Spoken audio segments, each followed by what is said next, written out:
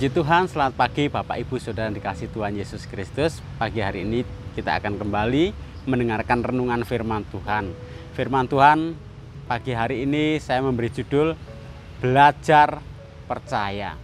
Belajar adalah upaya seseorang agar dia bisa lebih memahami atau mendapat sesuatu pengetahuan yang baru dalam bidang yang dia pelajari. Belajar adalah proses di mana seseorang yang tadinya tidak tahu akan menjadi tahu, atau tadinya tidak bisa, seseorang itu menjadi bisa. Contohnya ketika seseorang dulunya tidak bisa membawa mobil atau menyetir mobil, karena dia belajar maka dia akhirnya bisa membawa mobil atau belajar apapun juga. Di dalam Injil Yohanes pasal 11 ayat 15 dikatakan demikian.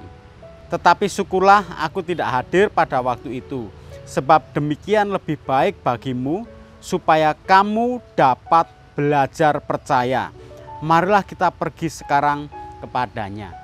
Yesus tekankan di ayat ini supaya murid-murid belajar percaya.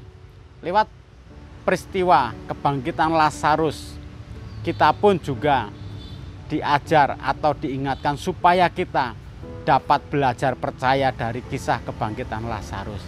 Ya, kita butuh belajar percaya karena kadang-kadang iman kita juga diperhadapkan pada situasi-situasi yang sulit, yang kelihatannya tidak mungkin untuk kita bisa melewati atau kita bisa menanggungnya. Mungkin Bapak Ibu Saudara jemaat Tuhan pernah mengalami masa-masa yang segala sesuatu mudah untuk dilewati. Rasanya kita tidak perlu atau tidak butuh belajar percaya. Tetapi kadang-kadang juga umat Tuhan diperhadapkan pada situasi yang mustahil untuk bisa ditanggung, mustahil untuk bisa dilewati, mustahil untuk bisa dialami. Bahkan ketika keadaan semakin buruk, ya, bukannya semakin membaik, ketika seseorang dia punya masalah, dia pasti masalah itu dibawa kepada Tuhan. Pasti kita berdoa, bahkan mengharap mujizat, mengharap keajaiban. Tetapi kadang-kadang justru yang terjadi, fakta yang kita hadapi, bukan keadaan itu justru lebih baik, tapi kadang juga Tuhan izinkan sepertinya keadaan semakin buruk. Dan di saat itulah ketika keadaan semakin buruk, kita belajar percaya bahwa Tuhan sanggup melakukan segala perkara. Seperti yang terjadi dalam kisah kebangkitan Lazarus. Lazarus dikatakan dalam firman Tuhan dalam Injil ini, dia seorang yang dikasih oleh Tuhan. Yesus mengasihi Lazarus. Ternyata sepertinya Tuhan membiarkan kondisi Lazarus itu mengalami keadaan yang lebih buruk. Kalau hanya sebatas sakit, ya, Yesus datang waktu Lazarus sakit.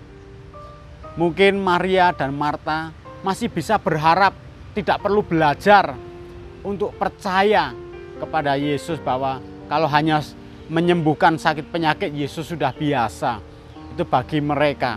Tetapi ketika keluarga Betania ini diperhadapkan pada kematian Lazarus, bahkan kematian yang sudah terlambat untuk ditolong, peristiwa kematiannya sudah membuat seseorang sulit untuk percaya bahwa keadaan itu akan bisa berubah lebih baik. Apalagi tambah seperti terlambat 4 hari, kondisi Lazarus sudah membusuk. Itu lebih sulit lagi untuk seseorang bisa percaya. Tetapi Yesus menekankan kepada murid-muridnya, juga kepada kita semua, kondisi seburuk apapun dalam hidup kita, mari kita belajar percaya. Karena kondisi yang Lazarus hadapi pun, keluarga Betania yang hadapi pun, itu juga kondisi yang sulit, yang mustahil manusia bisa menanganinya, atau melewatinya, atau mengerjakan sesuatu yang dia harapkan. Justru ketika Tuhan sepertinya tidak menolong di fase awal, kita tunggu aja perbuatan tangannya, kita tunggu belas kasihannya. Siapa tahu dia di fase berikutnya, dia tunjukkan kuasanya yang lebih besar, dan semuanya itu bagi kemuliaan nama Tuhan. Kita hanya serahkan semua kekhawatiran kita dan kita mau belajar percaya bahwa kuasanya melampaui kondisi apapun juga, bahkan melampaui kondisi terburuk dalam kehidupan kita. Dia tetap Allah yang sanggup melakukan segala perkara. Dia bekerja sekalipun kita tidak melihat dengan mata jasmani kita. Mari kita berdoa, tetap belajar percaya. Bapa di surga, terima kasih. Iman kami biar semakin diteguhkan bahwa kuasa-Mu melampaui segala kondisi dan situasi apapun juga yang ada dalam dunia ini Tuhan. Lewat firman Tuhan Kau mengingatkan setiap kami bahwa kuasa-Mu jauh lebih besar daripada kuasa kematian. Bahkan sepertinya kondisi itu sudah terlambat. Tapi bagi Tuhan tidak ada mustahil. Kau teguhkan hati jemaat Tuhan. Engkau urapi setiap kami supaya kami memiliki cara pandang yang baik, yang benar tentang Engkau Tuhan. Mungkin Tuhan belum menolong kami hari ini, tapi kami tetap menanti-nantikan pribadi-Mu, menantikan kasih kemurahan-Mu Tuhan. Dan kami percaya kalau kami memiliki Engkau, maka Engkau juga yang akan menopang kehidupan kami.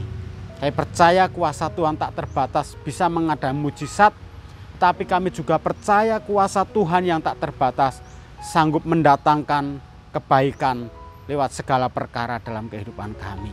Terima kasih, berkati kami semua sepanjang hari ini, biar hati kami tetap terikat pada Engkau. Dalam nama Tuhan Yesus Kristus kami berdoa, haleluya, amin.